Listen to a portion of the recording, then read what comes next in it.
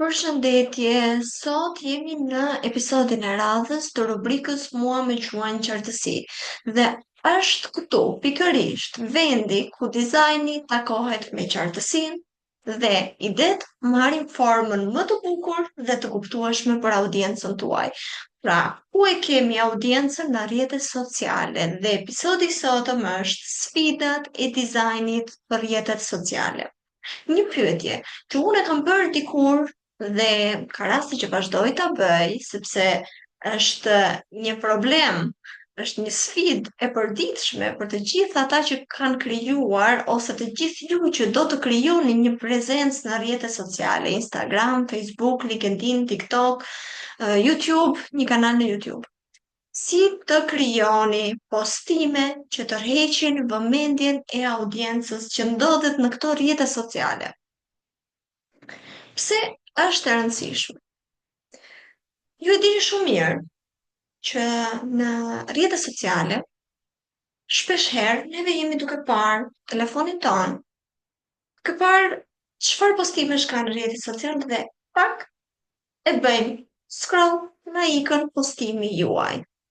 Postimi im, postimi yt dhe i kujdo tjetër. Na ikën sepse nuk na e ka tërhequr vëmendjen. Ndaj, në këtë episod, ne do të flasim pikërisht për krijimin përmbajtjes në rrjetet sociale, por në aspektin e krijimit digital, pra krijimit grafik. Ju mund të keni një përmbajtje në tekst shumë të arrirë, shumë të bukur, shumë thelbësore në atë çfarë ju po trajtoni në temën tuaj. Por përsëri audienca jote nuk rri aty, nuk qëndron, ikën, largohet. Se ndodh kjo?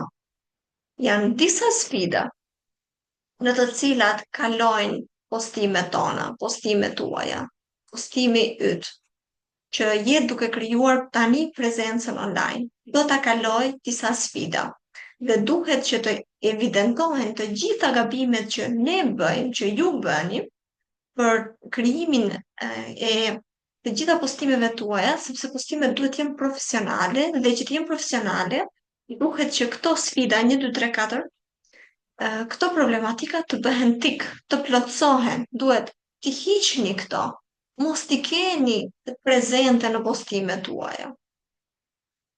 A ke menduar ndonjëherë kur kam qenë në fillimet e mia, e kam menduar shpesh herë, sepse ndoshta nga që nuk isha një guid, s'kisha një udhërrëfyes, dikë që të më tregonte ku të shkoja, çfarë të bëja, si ta krijoja, unë dija të krijoja, por dhe ti mund të dish të krijosh në Canva, të krijosh në një platformë tjetër dizajni, por duhet të lidhet funksioni i këtij postimi, të krijosh për çfarë? Të krijosh se ku do ta postosh. Jo çdo gjë që krijohet postohet kudo. Jo çdo video që krijohet do postohet në YouTube, jo çdo video që krijohet do ketë të njëjtën pritshmëri në TikTok, apo një video që ka patur një shikueshmëri të lartë në TikTok do ketë të njëjtën shikueshmëri edhe në Instagram apo në Facebook. E kjo lloj logjike duhet parë. Do krijosh për çfarë? Si ta bëj postimin tim? Është një pyetje që më bëhet mua në të gjitha konsultat që zhvillohen paraprakisht për të filluar pastaj trajnimin individual në Canva, po flas për trajnimet individuale, sepse në trajnimet individuale çdo gjë bëhet e specifikuar dhe e personalizuar duke prekur të gjitha problematikat që ka personi që hyn në trajnim dhe krijohet një program i personalizuar për këtë person. Gjë që është ndryshe në trajnimet në grup. Në trajnimet në grup është një program standard, kurse i personalizuar funksionon kështu. Dhe prandaj pyetjet i kemi. Për shembull një pyetje, si ta bëj postimin tim të dallohet në Instagram? Se e ka cilësuar në Instagram, sepse personi që ka filluar trajnimin individual e ka primare Instagramin. po reklamon, po promovon produktin apo shërbimin që ofron në Instagram. Pra, po shet, në thonjza, po e përdor Instagramin për të shitur produktin apo shërbimin e vet. Prandaj e do që postimet të ketë profesionale për në Instagram. Një tjetër, se njerëzit kalojnë pa e lexuar postimin tim në Facebook. A ka problem përbajtja? Që unë kam shkruar? Jo, përbajtja mund të jetë shumë e mirë. Dhe jam e sigurt që çdo person që ka krijuar një prezencë online për të promovuar dhe për të gjeneruar të ardhurë nga ky promovim i produktit apo shërbimit, jam e sigurt që përmbajtja në tekst është shumë e mirë, është shumë e edituar, nuk ka mundësi që të jetë e gabuar, por pozicioni i vendosur në postim, përmbajtja grafike, vizuale në postim, mund të ketë diçka që nuk shkon. Prandaj duhet ta shikoni tek këtë. A ka ndonjë stil të caktuar që funksionon më mirë diku tjetër? Ka teknika, ka këshilla, ka truke që funksionojnë për një rrjet social dhe nuk funksionojnë për një rrjet social tjetër.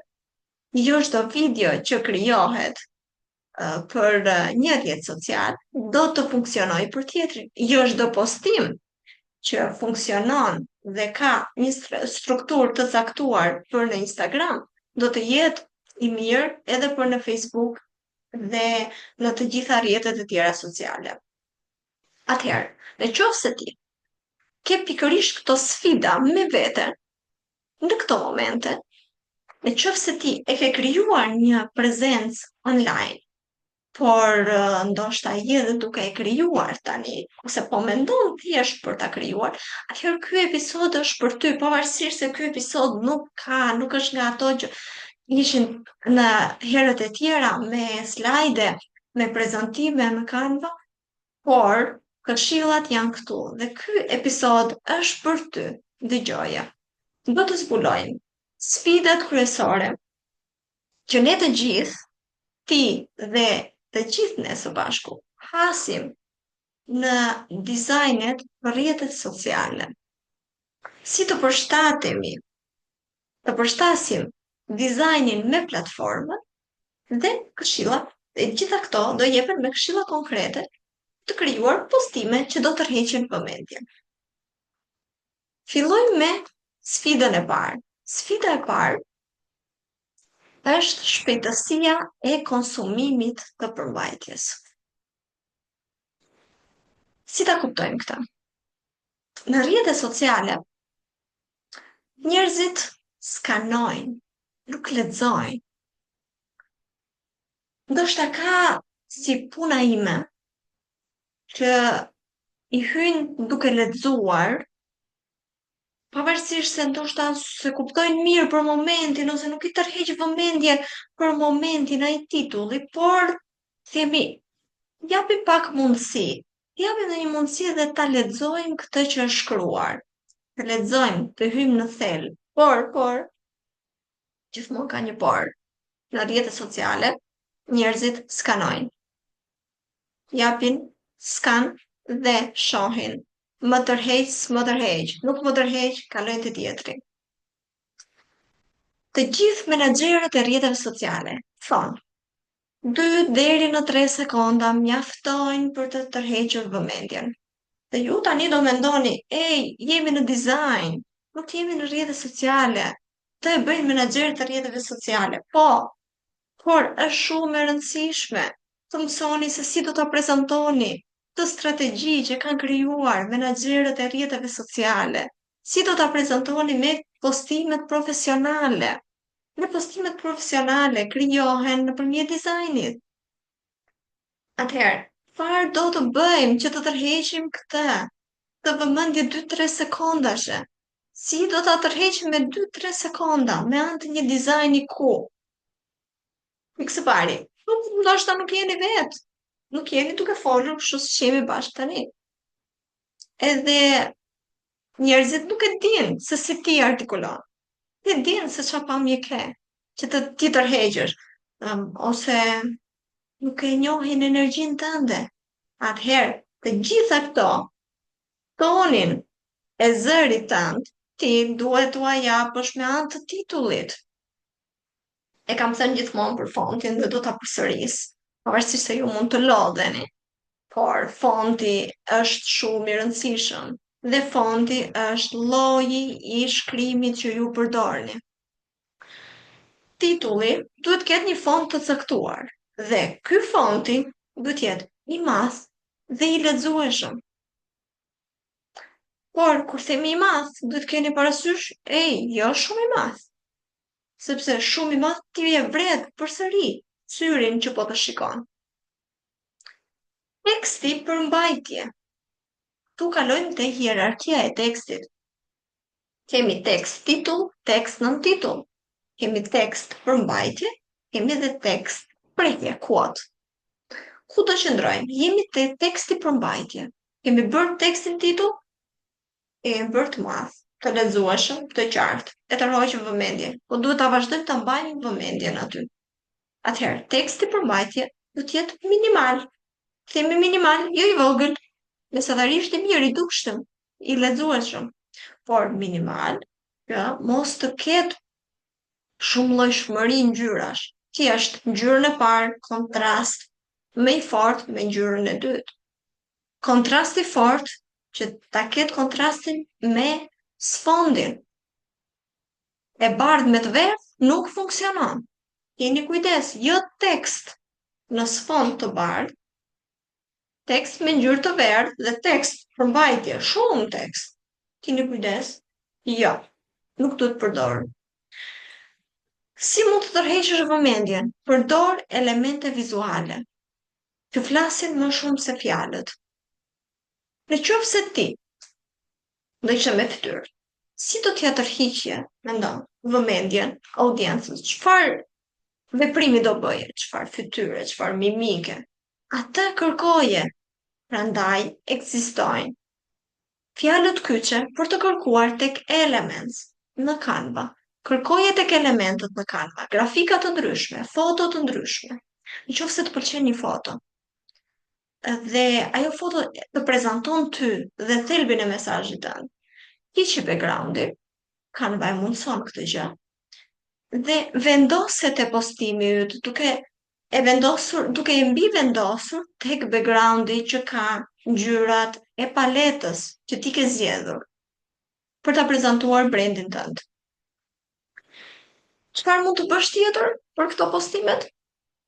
Mund të bësh një call to action, thirrje për veprim. Shiko më shumë, kliko këtu, ruaje këtë postim. Dhe ti do më thuash, po unë mund ta shkruaj me fjalë. Me fjalë po, mund ta shkruash. Por tërheq më shumë vëmendje kur ti e kërkon dhe e bën me anë të përveç se me fjalë, e bën dhe me një lloj grafike të caktuar që e jep pikërisht të thirrje për veprim. E tregon, kliko këtu, me anë të një elementi të caktuar që e kërkon në Canva. Pra, këshilla për këtë pjesë cila është? Zgjidhni, në qoftë se nuk keni shablon të gatshëm, do ta theksoj edhe këtë. Është mirë, është shumë gjë e mirë që në Canva ju të krijoni shablon të gatshëm, template.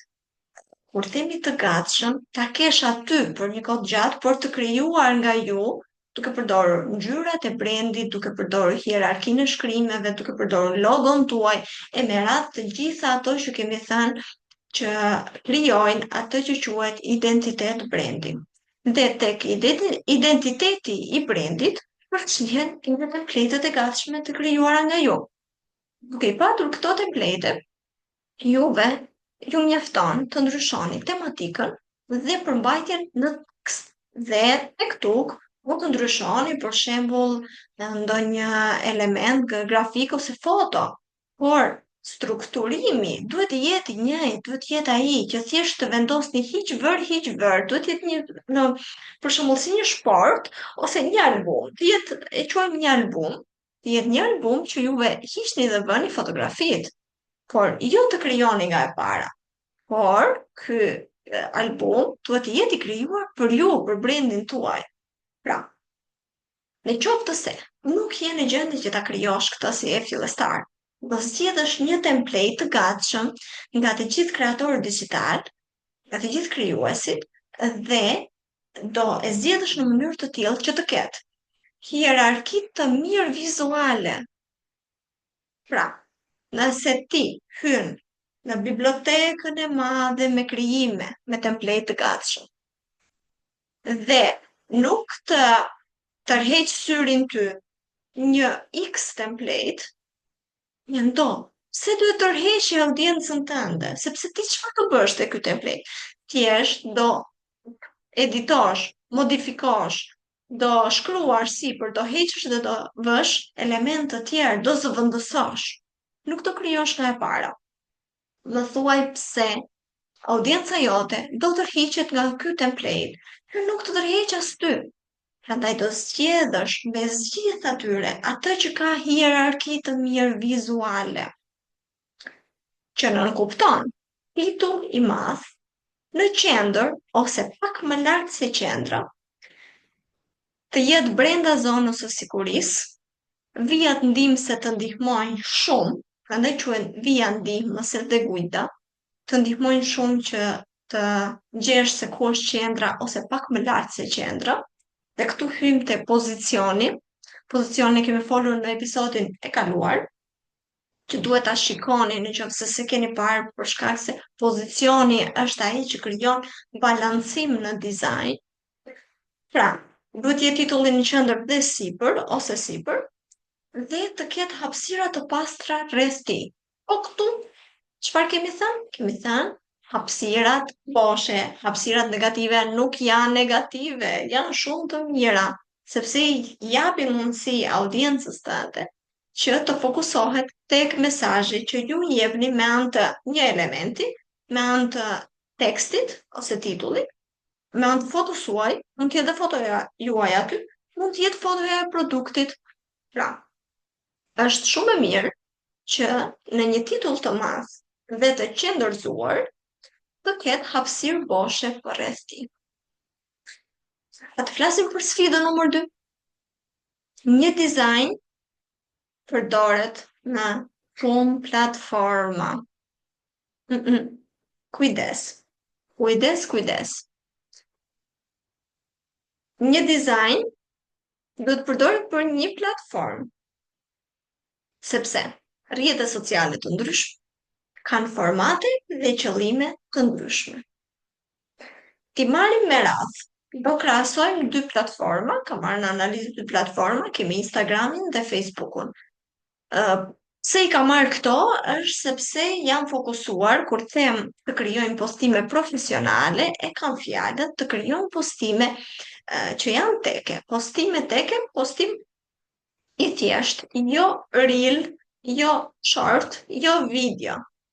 Postim që ka një background, ka fjalë, ka tekst, ka një titull, nën titull, përbajtje, ka element të ndryshëm grafik.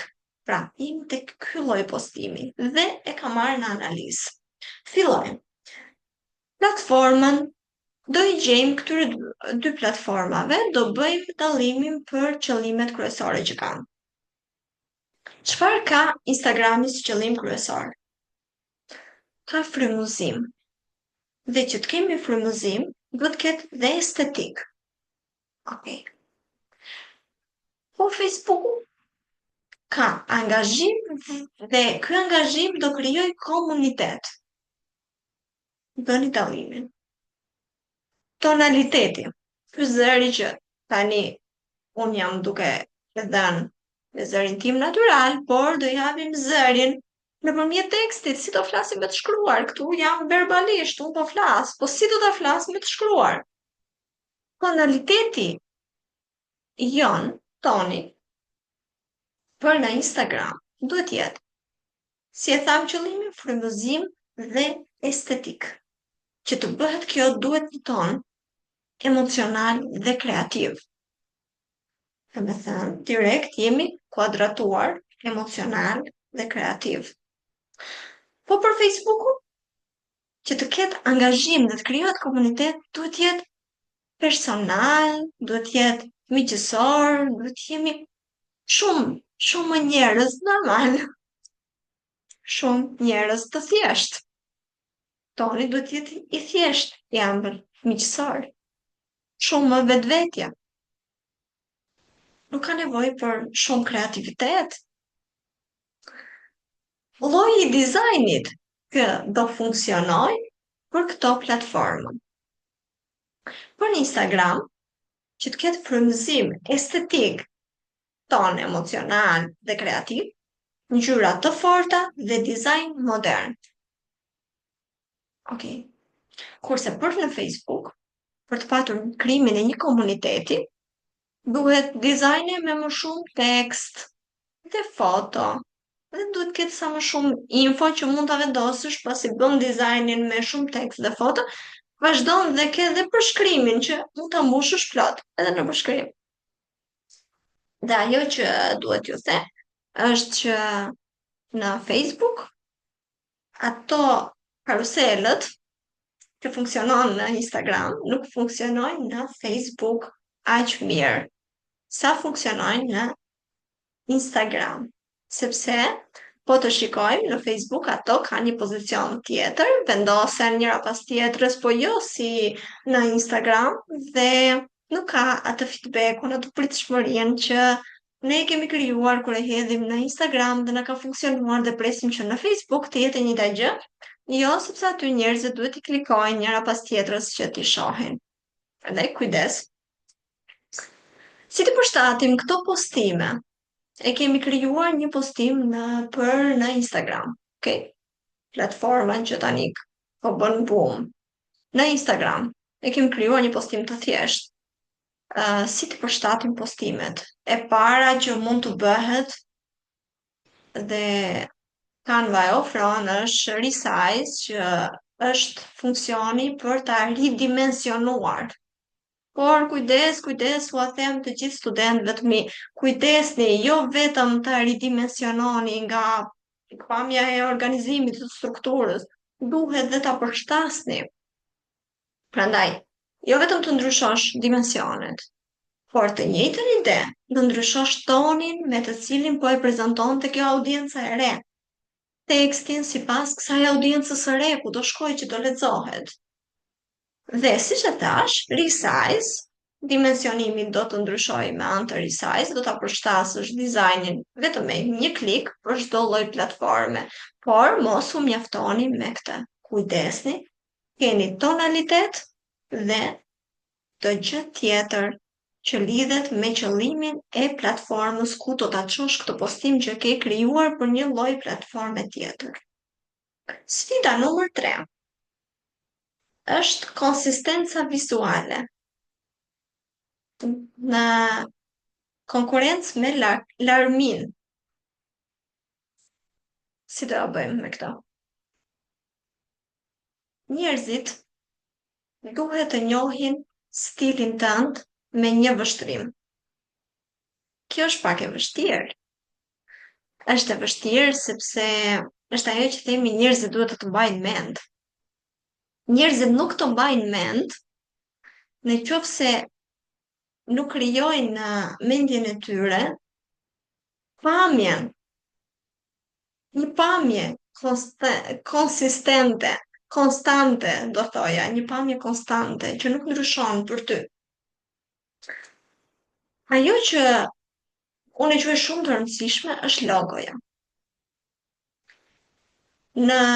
Jo vetëm të keni një logo, të keni të krijuar një logo, por duhet që dhe pozicioni ku e vendosni logon në një dizajn, në një postim, të jetë i njëjtë, pra, disa herë, shumë herë, ju të përsërisni të njëjtën strukturë, të më thënë mënyrë organizimi të një postimi, që ata t'ju të mbajnë mend logon tuaj, emrin tuaj, mënyrën se si i drejtoni, si filloni të drejtoheni atyre, t'i flisni. Por, ju do thoni, po e bëra këtë gjë, atëherë unë do bëhem monoton. Jo ta bësh gjithmonë. Prandaj, janë ato që unë i ceka më lart, i preka, të krijosh template të ndryshme brenda brandit tënd, se vajti brenda, duhet të jesh gjithmonë tek identiteti i brandit tënd. Pra, krijo nga e para template, shablone, që do t'i përdorësh disa herë, por janë të brandit tënd. Dhe në këtë mënyrë nuk bëhesh monoton. Ke disa variante, por njerëzit përsëri ty do të mbajnë mend nga këto variante, sepse janë autentike, të krijuara nga vetë ty, duke mbajtur në kokën tënde idenë për cilën je aty, fillimin për cilën është faqja jote. Çfarë kërkon brendi yt të ofrojë? Pse është aty? Çfarë misioni ka? Si do ruhet kjo balancë? Duhet të ketë një balancë. E gjitha thelbi është të ketë larmi, është shumë e rëndësishme larmia, varietete, që mos të bëhesh monoton, por brenda konsistencës vizuale. Atëherë, në procesin e krijimit të dizajneve, duhet të përdorësh të njëjtën paletë ngjyrash, paleta e ngjyrave. Por do luash me ngjyrën dominante. Dhe një palet ngjyrash, jo të gjitha janë ngjyra kryesore ato. Një palet ngjyrash ka 1 deri në 2 ngjyra sfondi dhe më pas janë ngjyra përplotësuese. Njëra është ngjyrë që do qëndrojë te teksti, tjetra është ngjyrë që do qëndrojë tek kuotat e ndryshme që ti përdor. Pra, jo të gjitha janë ngjyra dominante. Por duhet të krijosh dizajne ke luajtur me ngjyrën dominante, por duhet të jesh brenda të njëjtës paletë ngjyrash. Mos ndrysho ngjyrat e paletës, sepse ty të pëlqen një ngjyrë, të pëlqen, por nuk është ngjyra e brendit tënd, nuk e tregon identitetin e brendit tënd. Krijo një grup fontësh bazë. E kemi thënë dhe do ta përsërisim, hierarkia e fonteve dhe do t'i përdorësh në mënyrën që e kanë funksionin. Një font që është për tekstin titull, nuk mund të jetë për një tekst tjetër. Në qoftë se ai është një font i përzgjedhur që të jetë bold, nuk mund ta vendos bold dhe i errët shumë dhe i fort shumë. Si mund ta vendosësh ti në një lloj teksti që është paragraf? Nuk do bjerë në sy, thjesht do ta lodhi shikimin, shumë tekst i nxirr bold. Nuk funksionon. Dhe ajo që do ta ritheksoj është logoja, ruaj pozicionin e logos. Ose një element që të personifikon ty, brandin tënd, ta kesh aty në mënyrë të përsëritur. Dhe në qoftë se nuk e ke krijuar akoma një logo, nxito tek profesionisti ta bësh në qoftë se ke një biznes. Të duhet një logo. Ne jemi këtu për të ndihmuar ty të krijosh logon, të krijosh brand kitin tënd, të krijosh atë që quhet identitetin e brandit. Të japësh markës tënde një identitet, të japësh të gjitha postimeve tua një konsistencë vizuale. U ke shumë të nevojshme dhe në qoftë se je fillestar, atëherë të duhet ndihma e një profesionisti. Në qoftë se nuk je fillestar dhe ke një kohë të gjatë që operon në këtë fushë, atëherë të duhet ta mësosh vetë. Ke detyrë ta mësosh këtë gjë me ndihmën ose jo të një profesionisti, por duhet ta mësosh se si të krijosh konsistencën vizuale, se si të krijosh një logo, se si të krijosh identitetin e brandit tënd. Kemi një sfidë tjetër, është sfida numër 4. Mbi ngarkesa. Mbi ngarkesa po dëmton postimet. Nuk e them vetëm unë, eksperienca ime ka treguar që mbi ngarkesa dëmton. Mbi ngarkesa me tekst, mbi ngarkesa me shumë figura, mbi ngarkesa me shumë foto, mbi ngarkesa me larmi. Duhet keni larmi, por jo ta mbi ngarkoni. Por në këtë rast do flasim për sfidën numër 4 që është mbi ngarkesa me tekst. Pra, një nga gabimet më të shumta është mbushja e dizajnit me tekst. Cool tekst. Jashtëzakonisht shumë tekst. Në rrjetet sociale, nuk e them unë, e thonë të gjithë menaxherët e rrjeteve sociale.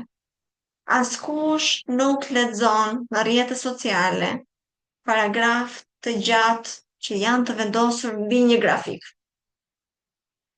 Çfarë ndodh? Të gjithë kreatorët digital thonë,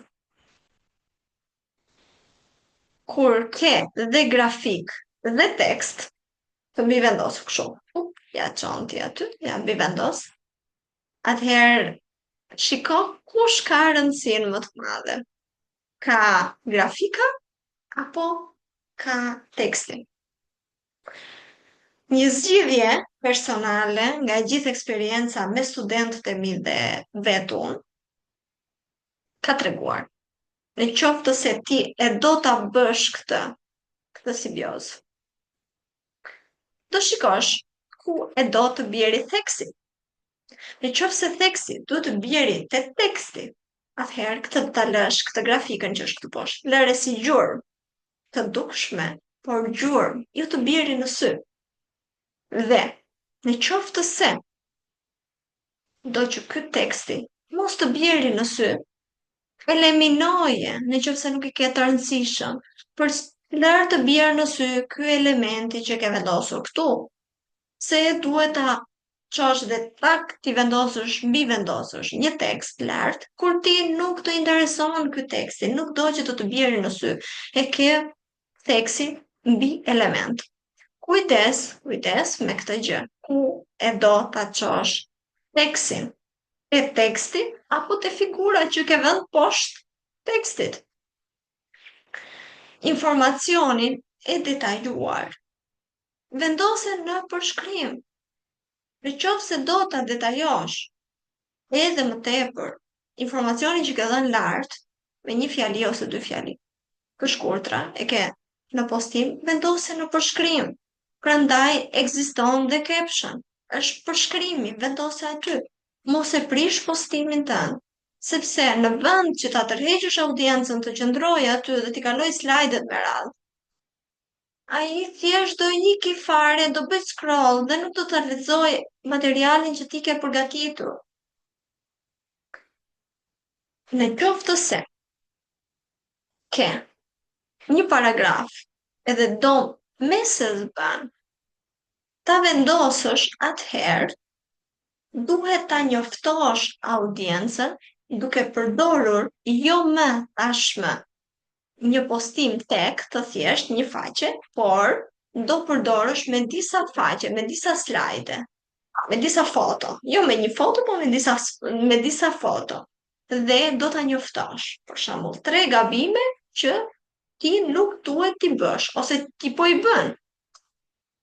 Për pjesën e hook të këtyre grepave keni jashtëzakonisht ide si në ChatGPT, por në qoftë se doni ta bëni sa më origjinale, keni social media manager që ju ndihmojnë për këtë gjë, se si të keni ide për të përdorur atë titullin që do të tërheq vëmendje. Tu jemi për paraqitjen grafike të këtij titullit. Ku do ta vendosësh? Si do ta vendosësh? Çfarë ngjyre do t'i japësh? Okej, e ke hookun ti, e ke shumë të mirë hookun, por si do ta përdorësh në dizajn? Do ta pozicionosh. Atëherë, të tekstin paragraf, këtë tekstin e gjatë që ke, do ta ndash në disa slajde. Nga një fjali tek çdo slajd, dhe do t'i qëndërzosh të gjitha me këtë postimin karusel me 15 slajde, me 20 slajde, me 5 slajde, duke bërë këtë hyrjen me titullin që thamë, me këtë hookun, me grepin, do i vendosësh të gjitha me radhë. Do bësh dhe në faqen e fundit thirrjen për veprim. Në këtë mënyrë, ke shmangur tekstin mbi ngarkesën, por ke dhënë dhe informacionin e duhur. Dhe ke krijuar një postim të ri, që është formati karusel. Kemi sfida akoma me dizajnin. Të krijosh rregullisht Pa u dëmtuar, djegur në mënyrë kreative. Si është kjo djegja, bllokimi, djegja? Në rrjetet sociale, ne kemi thënë, na e kanë thënë dhe e përsërisim, që konsistenca është çelësi, çelësi për të funksionuar. Por ditë për ditë unë jam një krijuese dhe ditë për ditë të krijosh një dizajn të ri dhe jo vetëm të jetë i ri, por të jetë dhe tërheqës, kjo të çon në djegje të kreativitetit. Ti jo vetëm që nuk krijon një dizajn tërheqës, kur nisesh me këtë gjë që tu të krijon për ditë, por bëhesh edhe i mërzitshëm për audiencën. Cila është zgjedhja që do bësh, që do të zgjidhi në kreativitet? Do përdorësh, i kemi thënë që do përdorësh template, po çfarë templatesh? Schablon që i ke krijuar sipas brandit tënd, në mënyrë që ti modifikosh shpejt. Dhe ti thjesht hedh iden, nuk krijon nga fillimi. Do krijosh një kalendar përmbajtje me tema javore, pra kur të jesh atë ditë që ti ke kreativitet, jashtëzakonisht shumë. Në këtë ditë merri dhe hidhi ato të gjitha idetë që të vinë dhe krijo tema javore. Në këtë ditë kam këtë temë, në këtë ditë kam një temë tjetër. Dhe në këtë mënyrë do përdorësh format e përsëritura. Për shembull, para se të hapeshin këto episode që unë fillova të trajtoj këtu, kam patur Canva Kreativ, ka qenë rubrik në Instagram që e përdorja me tema të reja çdo javë, por ishte në të njëjtën ditë dhe audienca ime u mësua që çdo të mërkurë do kishte dhe një temë të re me këshilla për Canva.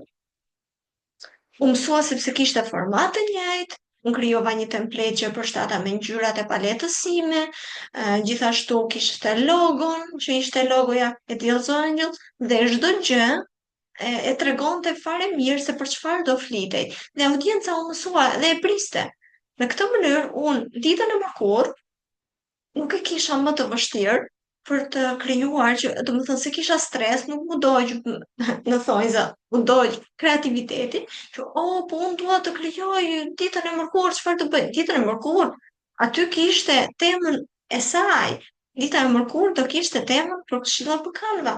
Thjesht duhet që të jepja këshillën e duhur dhe këshilla e duhur vinte, nuk kishte nevojë që unë të mundohesha shumë për të gjetur këshilla. Ato kishin dalë gjatë të gjithë procesit që unë zhvilloj tashmë prej 2 vitesh me kurse të njëpasnjëshme në grup apo individuale nga eksperienca që kisha patur dhe vazhdoj të kem me studentët e mi, dalin gabime, evidentohen gabime dhe fillojmë se si japim këshilla, si është rregulluar, si është zgjidhur ky problem. Në këtë mënyrë, çfarë mund të japësh? Mund të japësh këshilla të javës. Këshillat e javës ti vendosësh ose ditë për ditë nga një këshill dhe ti e ke një postim gati, ose ditë për ditë nga një shprehje dhe ti e ke një postim gati dhe duhet të mendosh thjesht postimin tënd profesional pastaj. Ose mund të vësh në një ditë të caktuar që do kesh këshillat, në një ditë tjetër do kesh shprehje që kanë lidhje me tematikën, me nishën që ti po flet, dhe mund të bësh të tregosh punën në probasken, para dhe pas. Në një ditë caktuar, audienca mësohet që do ketë nga ty para dhe pas. Dhe ajo që mund të bësh, mund të kesh këshilla rreth asaj që ti zhvillon, siç e pata unë për shembull rubrikën Kreativ Canva dhe nëse dëshironi përsëri si rubrikë në Instagram, unë do ta rikthej dhe kam menduar ta rikthej së shpejti. Si do veproni këtu? Cila është këshilla që të arrini ta bëni këtë gjë? Krijo template në Canva, në Canva, krijo template për kategorinë e caktuar të postimeve, për shembull, për ju që nuk keni filluar të përdorni Canva, Në Canva kemi kategori të ndryshme për të krijuar postime të ndryshme. Ndryshe i kanë dimensionet për Instagram Story, ndryshe është një Instagram karusel. Prandaj keni kujdes, hyni në kategorinë e duhur, krijoni templatein tuaj që identifikon brandin tuaj me pikat që e tham, se si, çfarë janë dhe kë duhet të zbatoni ju për ta krijuar, dhe më pas thjesht ndrysho përmbajtjen. Kjo do të ndihmojë që të mos digjesh në kreativitet. Dhe do kursesh kohë. Atëherë këshilla të shpejta, por që do janë thjesht një përbledhje tani të gjithë kësaj për të cilën folëm deri tani për pjesën e dizajnit për në rrjetet sociale. Fillimi është gjithçka.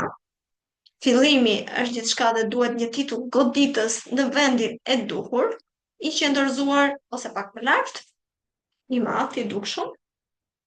Luaj me kontrastin, cili është kontrasti, ngjyra të ndezura dhe font i lexueshëm. Vendos objektin më të rëndësishëm në qendër ose pak më lart se qendra, po jo shumë më lart sepse mund të pritet. Kujdesni me zonën e sigurisë. Mund të dilni jashtë saj, pa dashje, dhe do t'ju pritet.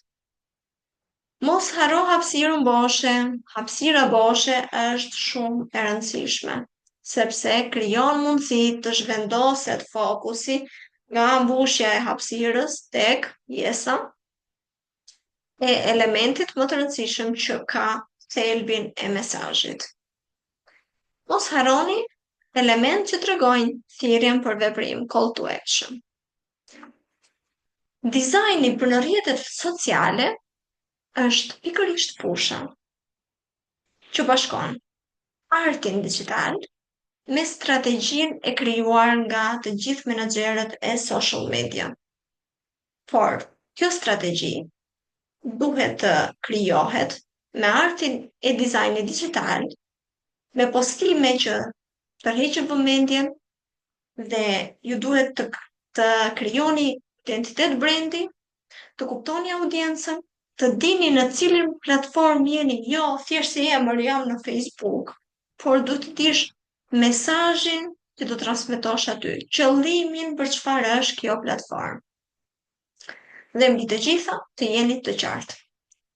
Pra, edhe në këtë lloj episodi do vim përsëri tek ajo që nisëm, te qartësia. Qartësia është gjithmonë më tërheqëse se kompleksiteti. Se çfarë ndodh me këtë të fundit? Me këtë të fundit do ndodhi ajo që ne nuk dëshirojmë të na ndodhi. Bëhen konfuz.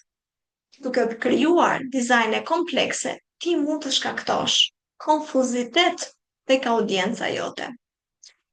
Dhe në qoftë se ke dëshirë që ti vësh në zbatim të gjitha këto element, jam e sigurt që do kesh shumë sukses në pjesën e dizajnit digital. Por, në qoftë se krijon një postim me të gjitha sfidat që evidentuam, duke i kthyer në anën e kundër, duke i respektuar, pra duke mos i bërë këto sfida që has çdo ditë, por duke i rregulluar me këshillat praktike që ne dham gjatë këtij episodi, na bëj tag tek postimi që do bësh në Instagram ose në çdo rrjet social që ti ke me emrin Diell's Angel. Ju falenderoj shumë që më dëgjuat dhe uroj që ti respektoni, ti përdorni të gjitha këto këshilla. Dhe ju ftoj që të na ndiqni në episodin e radhës që do jetë po kaq i rëndësishëm mbi qartësinë në dizajnet tuaja. Mos harroni të na bëni subscribe këtu në këtë kanal. Ju faleminderit.